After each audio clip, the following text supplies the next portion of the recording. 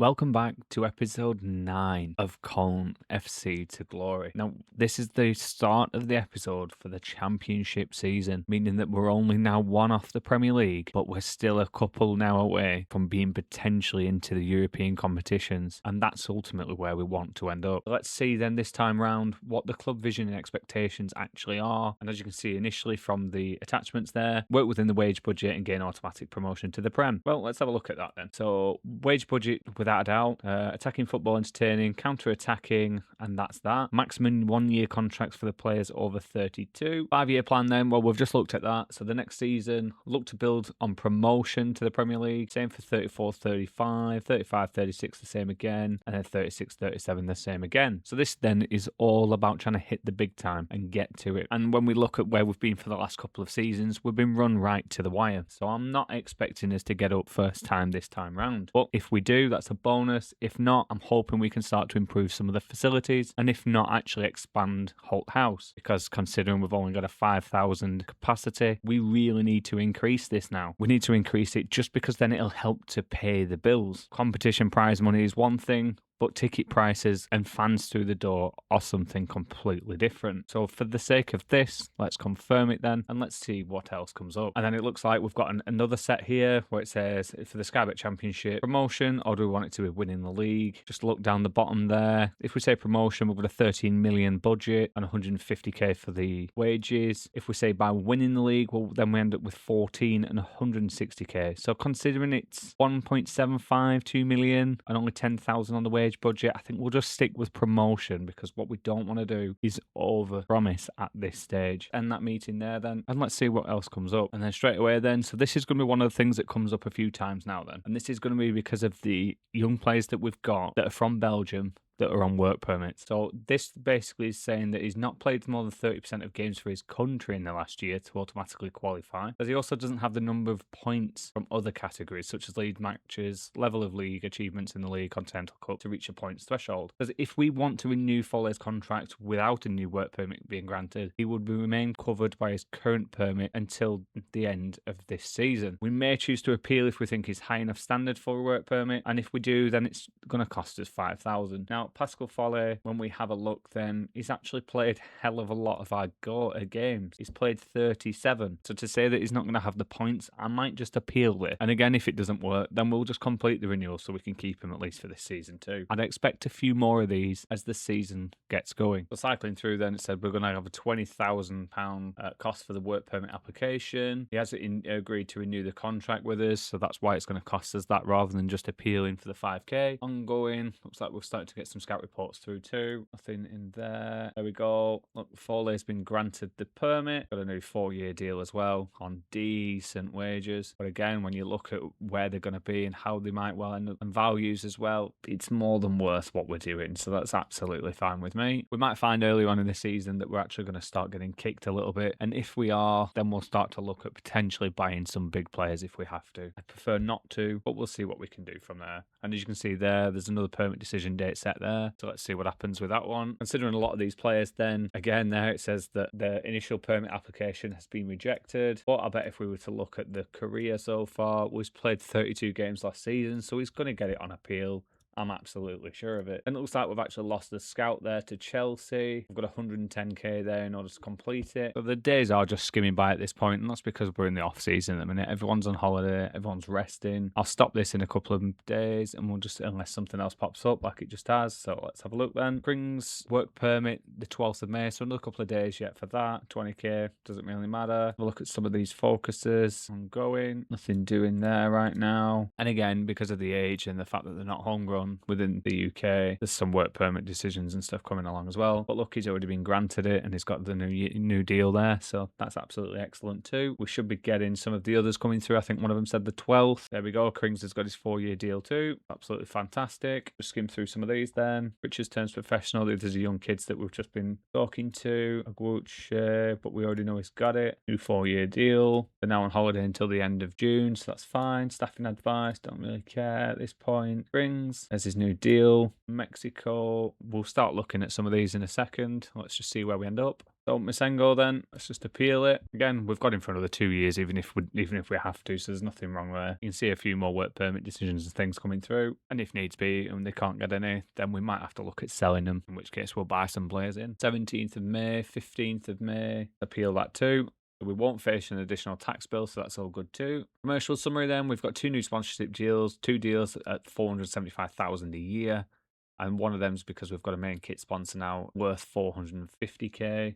Revenue total, sponsorships $40K, gone up 44%. Corporate and hospitality $206,000, up 138%. Match day commercial and retail $412,000, up 104%. Broadcaster revenue $745K, up 97%. Competition prize money $591, up 47%. And then when we look here, it says total merchandise sales for the season 190, with non-domestic amounting to 19 of this total. The club sold a total of 1843 shirts, with the following shirt names particularly well. So we've got Decren, which is our absolute star keeper. Donovan, who we've just been talking about trying to get rid of. Diavara, and then Pascal Knight as well. So, and then we've got the changes to the stadium prices then. Following the promotion to the Sky Bet Championship from League One, ticket prices have gone up. The average ticket price is now £26, 23% increase, and season ticket prices are now £735, which is bloody expensive. These changes are projected to result in a drop of 25% to the club's yearly earnings. Okay. And then we've got allocated new scouting budgets of $390,000 for the forthcoming. There's no restrictions now in place regarding scouting, which is absolutely fantastic. And then here it says the board have injected $900,000 to help the club's running costs. What would be great is if they just talked to me and said, can I have a couple of million? Absolutely you can, no worries. Why didn't you ask? Because when you look there, we've got 13 million available on transfer, and if we swap the wage into that, it'd be considerably more. But yet when we look at the projections there, it thinks we're going to be in the red 54 million,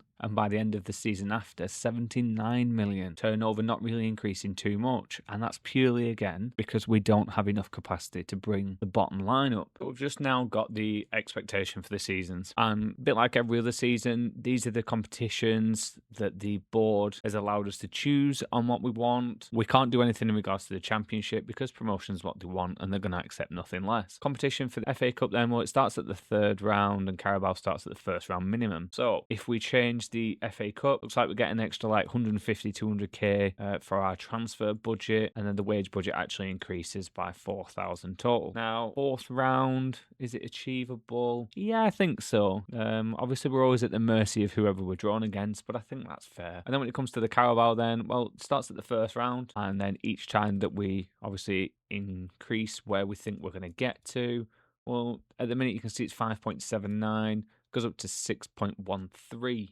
And the wage budget only increases 4. I'm fine with just saying 1st round on that because we're really not going to win it. And you can see there, the season there is going to begin in 42 days. So we've still got quite a ways to go yet then. And then when we've just seen this here, it says we're going to get 3 million for TV rights over this season. We'll take it. Got our new attendance record there for 4,393. Let's see if we can get any friendlies at home. We're going to make any money. We might make 40k out of Arsenal there. Wolves, again, we might make 40k. So what we want to do here is try and get the team up to speed very quickly. Try and throw Bayern Munich in there, and we will probably get absolutely hammered. Okay then, so how are we doing? Looking at our current fixtures then, where we are, how we've fared so far. You see there's a number of friendlies there, and it was pretty much a mixed bag. Got some big ones in United, Celtic, Bristol City, Bayern Munich. United, we lost 3-1. Rangers drew 3-3. Celtic drew 1-1. Bayern Munich 0-0 draw. And then when we look at then the first fixtures for the season, well, that wasn't too bad actually for the first month and first season in the Championship. So we had Swansea, Wigan, Derby, Middlesbrough in the Championship. We won 1-2 of those games. We actually lost against Wigan 1-0 away, and then we actually drew against Middlesbrough 2-2. But within that, we also had quite a number of cup games. So we had the Carabao Cup first round against Crewe Alexandra. We won 5-3. The second round then against Stoke, we won 3-2 away. Then we had Birmingham City in the third round where we won 2-1. Now, September wasn't the greatest month. Purely Championship football. We just won one of the 4 games there, and we beat Barnsley, losing to Hull, Cardiff and Luton. October then, well, that was a little bit better. We had 6 games in the Championship, and we won 3, we lost 3. And then we had Everton in the Carabao Cup 4th round, and we beat them 2-1. But look at some of the teams that are in there. So the Championship this time round, we've got Brentford, that's who we lost to. Coventry we won. Leeds we lost against, Burnley we won, Sheffield Wednesday we won, Southampton we lost, quite convincingly, same as Leeds. Then in November much better month, 3 wins, 2 draws. December, bit of a mixed bag again really. We had the quarter-final there against Plymouth, so we've actually had some quite favourable draws this time round, winning 3-2. Got beat against Wrexham, narrowly beat against QPR with 9 goals in that game. Beat Burnley again, Bristol we drew against, Luton we beat, considering the first time round we actually lost as well against them, so that was a good return. Then in January, we beat Brentford. We won the semi-final first leg 3-2 against Peterborough, and we're about to play them again now. In the third round, we actually beat Burnley. We beat Leeds, lost against Sheffield Wednesday, beat Cardiff quite convincingly at 6-1, and then beat Southampton. So recruitment then, have a look at some of our transfer history this time round. Now Luca is a 4-star in terms of abilities and potentials. I mean, look at the positions he can play as well, and some of them stats are pretty damn good. And he's very strong with both feet. Look at the value supposedly that the game attributes. Is into the 40s, potentially 50 millions there. Then we've got Hyo Chang-hyun from DC United. So we've got some scouting focuses in the North America. They're looking at the MLS mainly. We actually paid $2.5 million for him. He's appeared 25 times, 7 from the bench. No goals, no assists, no players in the match, no red, no yellows. And that's where he plays, so that's quite understandably how we might not have any assists. Yellow cards is actually quite surprising, so he can't be that aggressive. As you can see there, he's got a 9 for aggression, which doesn't always mean tackle, but that's pretty good. He's a 3-star potential, 4.5. We've got him on a decent contract as well, considering, I mean, the wages on some of ours are actually still pretty low at this point. I'd imagine we're going to get stung pretty quickly. Then we've got Raul Kumar from Istra 1961. He's appeared 6 times for us. Appeared once off the bench. He's scored 1, been player of the match. He's had 2 yellows and we paid 1.6 million for. Now Kumar is a 3 to 3.5 star potential. He plays in our back lines. Again, decent stats. Could probably do with a little bit more work on his left foot, but otherwise not bad at all. Then we've got Victor Tina from Mirandes, 19 appearances from the start, 2 assists, 1 yellow. We paid 2.6 for him, and he's actually at the minute on loan with them because we just needed to really sort of get the players, but then allow him on loan. Then we've got Celinho, who came from VIL in Brazil. So again, this is another one from our recruitment focuses that we found. We actually just paid $1 million for him, and he's, look at that, he's a 3.5 potential 5. Now he's played twice for us so far, and he's had 1 assist in there as well, 1 goal and 1 assist. Then we've got Omar Hussein from Rennes.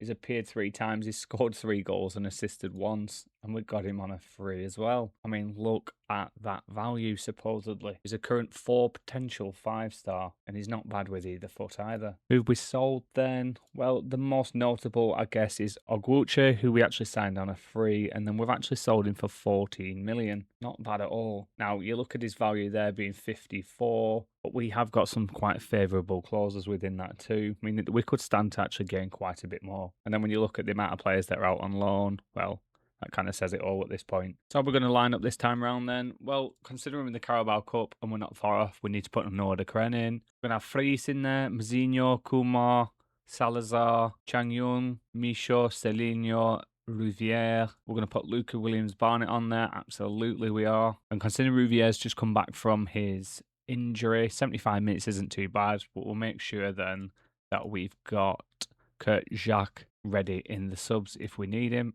And he is, so that's good. So let's get this show on a roll. So it's quite common with the Carabao Cup, the further we get, the more they want to talk to us before the game. And we've got Alice Kominski here from 442 saying, what are we doing to improve Colm's record of having the worst defence in the Carabao Cup? Now, worst defence or not, we must be outscoring. So what we need to literally say there is it's about confidence. Anything goes to plan, results will follow. And then it says, did being the Carabao Cup's leading goal scorers, there we go, give you a confidence that you're always going to be in a chance with winning. And this is going to literally be then, I like to play attacking football and it's important that we continue to do that. And then it says, are we confident Eduardo Micho will perform today? Some pundits are speculating they could struggle out there. And then we are going to literally say, well, we trust him and we know he's versatile enough to handle it, to which that'll do. So let's get on with it. So we're at Holt House then. We could really do with some stadium upgrades, but considering the finances that we've got at the minute, again, I'd love the club just to take a few million off us to be able to prop it up. At the minute, they seem reluctant to do so. So as you can see at the top there, on aggregate at the minute, it's 3-2. So Con with a kick-off then.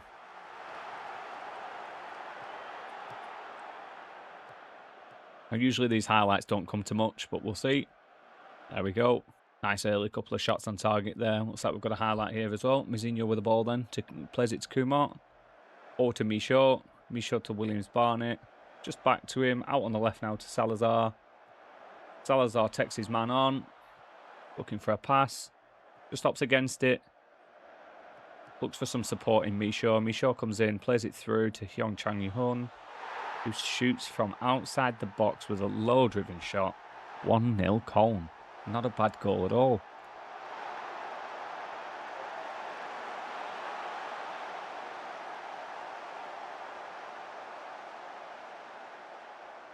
Michaud there, just sees him. Actually thought the ball was going to get intercepted there, but it doesn't. And we just score. Not bad at all. So Pascal Knight then with a free kick from not far outside of the box. Is he going to go for goal this time? I would expect him to.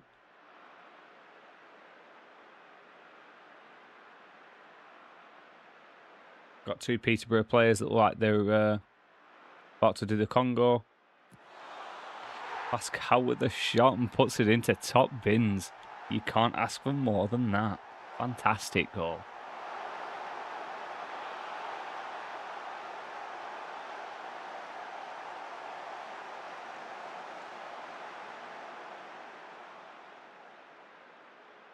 Caballero, no chance. Highlight here for Peterborough. Shire just on the left wing there. Looks for a pass inside to Ashworth. Ball gets intercepted and now we play it forward. Knight with the ball. He's running with it now. Goes for a shot. Probably could have took another touch or two before doing so. But that was always on making, so not bad at all.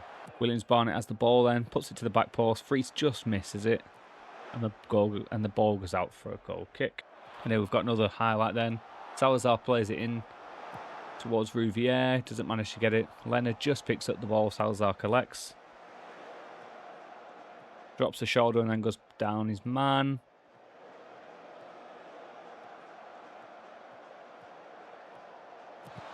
Williams-Barnett just collects the ball and slots it under the keeper's legs. 3-0. 6-2 on aggregate. We can't ask for any more than this at this point. Things are looking good. For Salazar then, wasn't sure where he was going to go with this at this point, but just manages to turn on his man, passes it to Williams-Barnett, who just shoots first time. I think we get a slightly lucky deflection there off a Peterborough player, and I think it were Ashcroft's leg, which I think just set the keeper the wrong way. Half time then, 3-0 and 6-2 on aggregate.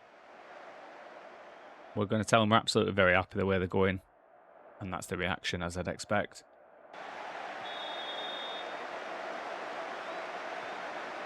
Peterborough with a kick-off this time around then for the second half to get us underway.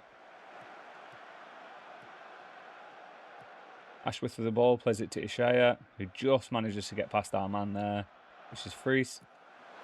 Ball comes in towards Worrell. Lewis Worrell scores 3-1, 6-3 on aggregate. Shame that we didn't particularly pick him up there, but I'm not too worried thereafter. Ashworth there, look. Freese does alright, and Celinho comes in to try and then support. It then just leaves him for the cross. Worrell just manages to backtrack round Mizinho on our Salazar. Not got a chance there. Another highlight then for Peterborough by the looks of things. Celinho with the ball. Rouvière. Williams-Barnett. Goes past his man. Comes inside. Has a shot. Puts it wide. Salazar with it now. Michaud. Chang-Hyun. Rouvière. Knight. Celinho. Nice bits of play here. Just recycling it till we find an opportunity by the looks of this. Salazar then. Pops to go past his man and then first time crosses it to Celinho. Celinho goes for the header. Just loops it over the keeper there. Fantastic goal. And what we are going to do at this point then, we're going to look to bring some substitutions on now then, because some of our players are struggling just a little bit.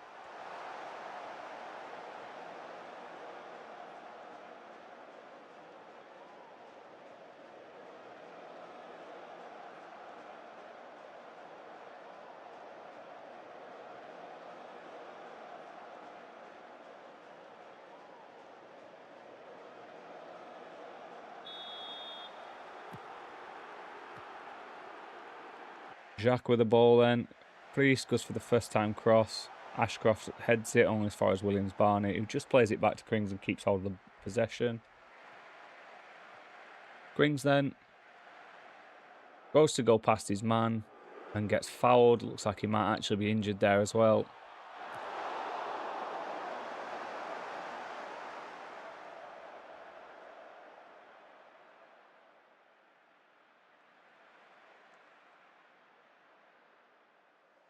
Six minutes added.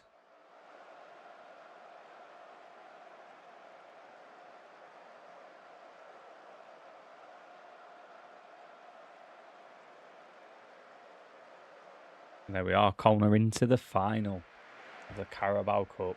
So Lawrence Smith from ITV then.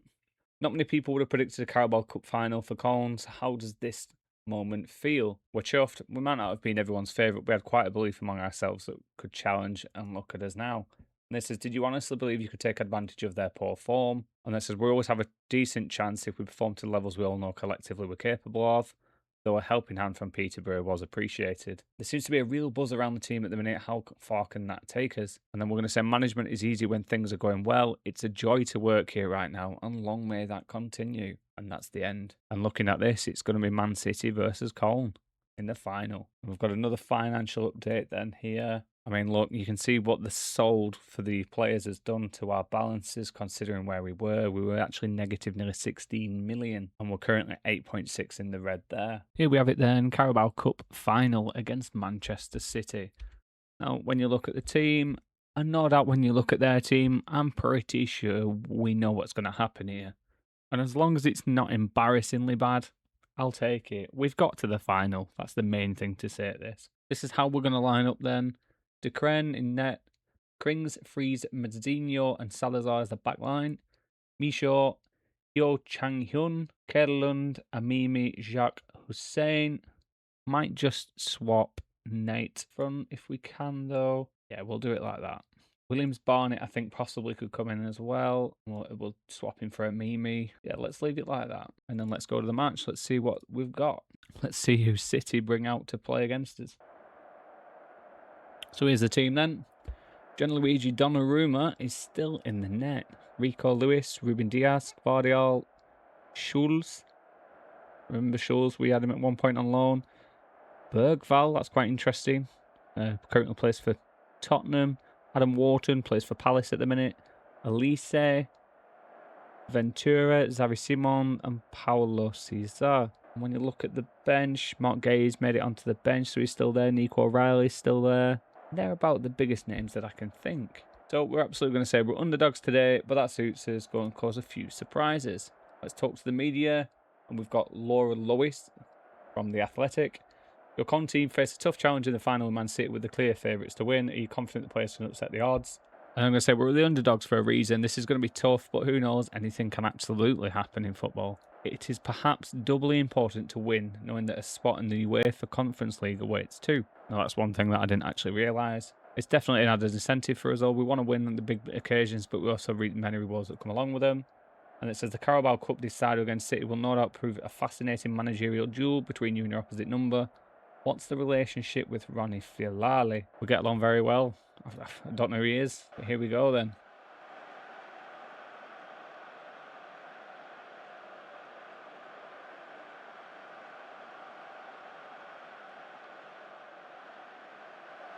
And let's go straight to kick-off. So we've actually got kick-off, and usually these highlights don't actually amount to much straight from the bat. So Salazar with it then. Plays it forward to Jacques. And there we go, that's the end of the highlight. Highlight then, looks like it's for City this time. Schultz, Guardiola, Adam Wharton, Diaz, Rico Lewis now. Plays it through to Paulo Cesar. With Xavi Simon. Just hits the post.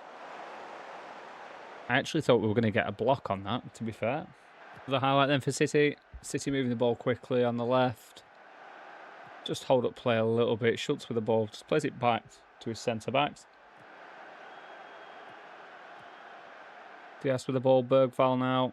Out wide to Elise. Elise driving in. He's going to have a shot. De Kren saves it. Fantastic save. That should have been 1-0. We also shouldn't have let him drive as far as we did, but hey-ho. Corner then coming in from Bergval. Cesar with a header, heads it straight over. The highlight then for City. Mazinho heads it out. Yo Chang-hyun just makes Jack stop his run there, which is unfortunate because he actually had the chance then to be able to run down the left-hand side. Salazar with it, Barnett. Shocking pass. And City retain then possession.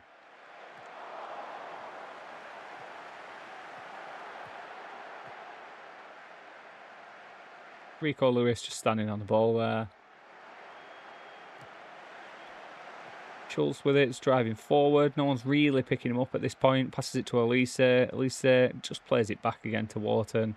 Back to Schultz, back to Gvardiol. Ball's just going to get recycled.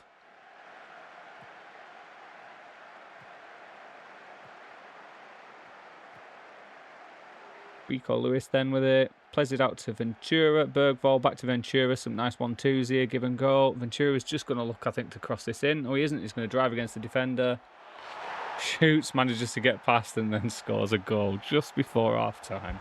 So we did do pretty well until then. But we just absolutely just left him to do what he wanted to do. Nothing to lose then. Let's just see what happens. So I've just thrown it to very attacking. I mean, we're not going to score a goal here.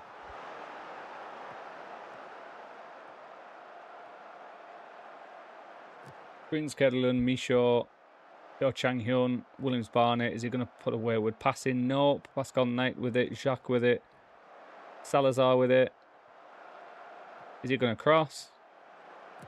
Yes, he is, but it only goes as far as Wharton. Shocking cross, to be honest. Very, very low. Should never have been driving a low cross in like that. It was always going to get picked up. Ventura then on the break again. Runs, he's going to run against his man by the looks of things. Passes the ball straight in. De Kren gets a touch on it. Paulo Cesar just taps it in. 2-0. City just before half-time.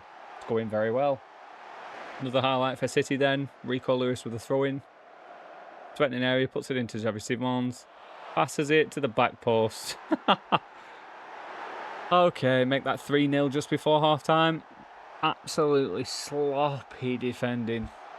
Shocking. And I think we're going to struggle if we play like this in the Premier League. What's going on? That was one of the worst halves of football I've seen. I don't think that's particularly unfair to say. Furious with the defensive work. Just absolutely leaving them wide open. Especially on back post when pass just comes across the box. Allowing attackers, wingers to just drive against the man. No help, no nothing. You weren't bad, but I know you can still improve. Attackers. Well, Jesus, has there been any attacks? Shocking. Let's just see how bad this gets then. Second half, we already know which way this is going. Man City are going to win the Carabao Cup. But again, we've done well, to be fair, to get where we are. Highlight after highlight here, just being for City. Just proves the absolute chasm between the two teams in terms of quality. Let's see what City are going to do this time again. Ventura just knocks it too long this time. Salazar just picks up the ball. Very dangerous, passing it around like they are there. Williams Barnett then plays it forward to Knight. I actually think he's offside. Is he going to put it in? Puts it in, but I'm not convinced it's a goal.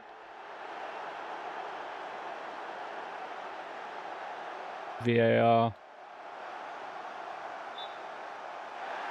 Goal disallowed. Yep, thought he might have been offside. That just proves it. Is he a long way off? Yeah, miles away. Daylight between. Final minutes then of it. So you're going to close this out at 3-0. And there we go. There we have it. City win the Carabao Cup.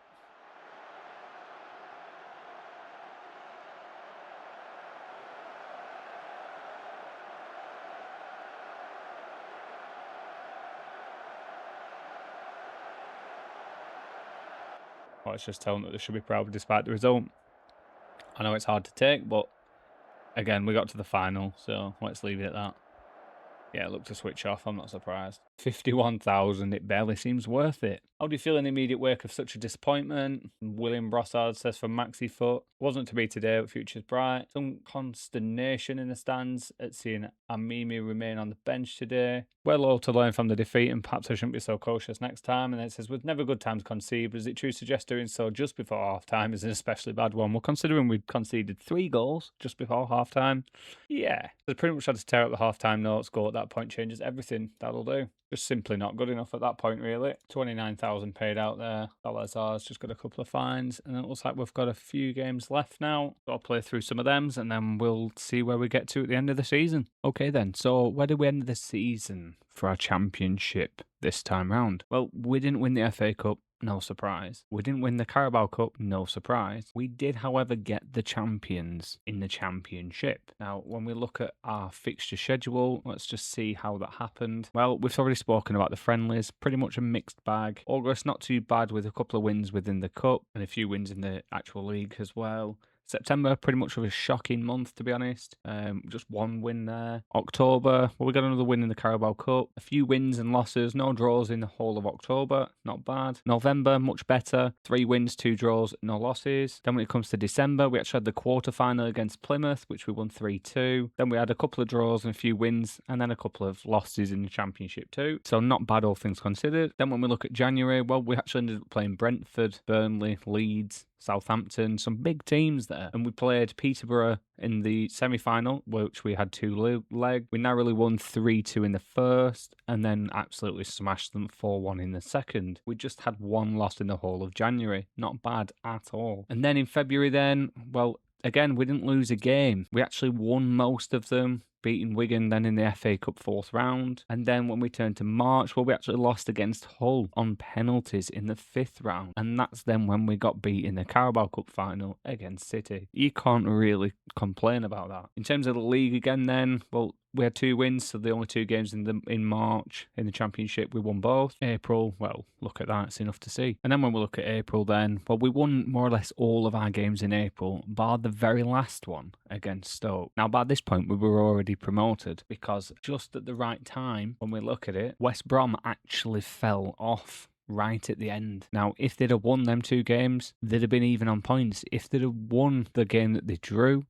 they'd have beat us. Now, when we look at if there were 6 points in it that they actually managed to gain, well, we'd have still been ahead potentially on goal difference, so we'd have still been champions at that rate. And actually, at this moment in time as well, Colne and West Brom were promoted, Middlesbrough, Derby and Bolton were the confirmed relegated teams. And then within the playoffs, well, there's Coventry, Brentford, Burnley and Leeds. And when we look at the playoffs then, well, the semi-finals have yet to be played. So there's Leeds versus Coventry, Burnley versus Brentford. So at the minute, there's nothing really to be seen. As you can see there, the round will be drawn on the 13th of this month, and it's only the 1st. And then when we look at that there, we actually had the April Manager of the Month, which, considering April was the month in which we got promoted and our end of season form, you can probably see why. So looking at the finances then, just at the very end of the season where they just allowed us some money, well, our current balance isn't great. We're 11 million in the red. But then when you look at the transfer budgets, the wage, and then the scouting so far, albeit the scouting will change, the transfer and wage budget are absolutely astronomical compared to what we've got now. Now, the worrying part there is, again, we're a club that doesn't get much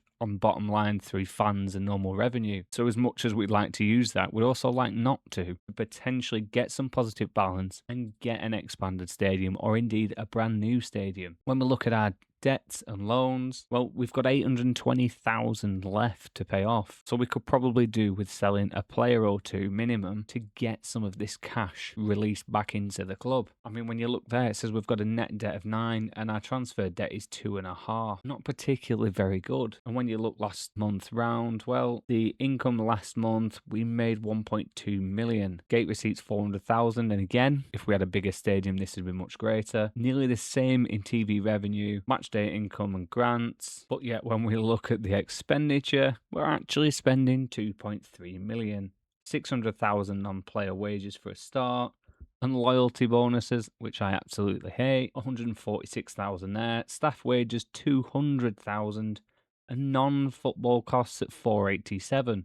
Now, if you can tell me what some of the non-football costs there will be, considering the staff wages, loyalty bonuses, etc., are already within this, that would be a big help because we need to try and see what we can do there. Now, whether that's facility running costs, which it could well be, we'll have to see. I mean, when you look at ground maintenance, is that just this stadium or is that the youth or the rest of it or not? Scouting costs just 40,000. Well, we've already accounted for that. 78k in loan repayments and interest and tax 100. Insurance is quite high. And then other, whatever other is. So, considering first time of asking and champions in the championship, we'll take it. Absolutely, we will. And we'll look forward to our first season in the Premier League. It's not going to be easy. I've been Ben Unlocked, and I'll see you in the next one.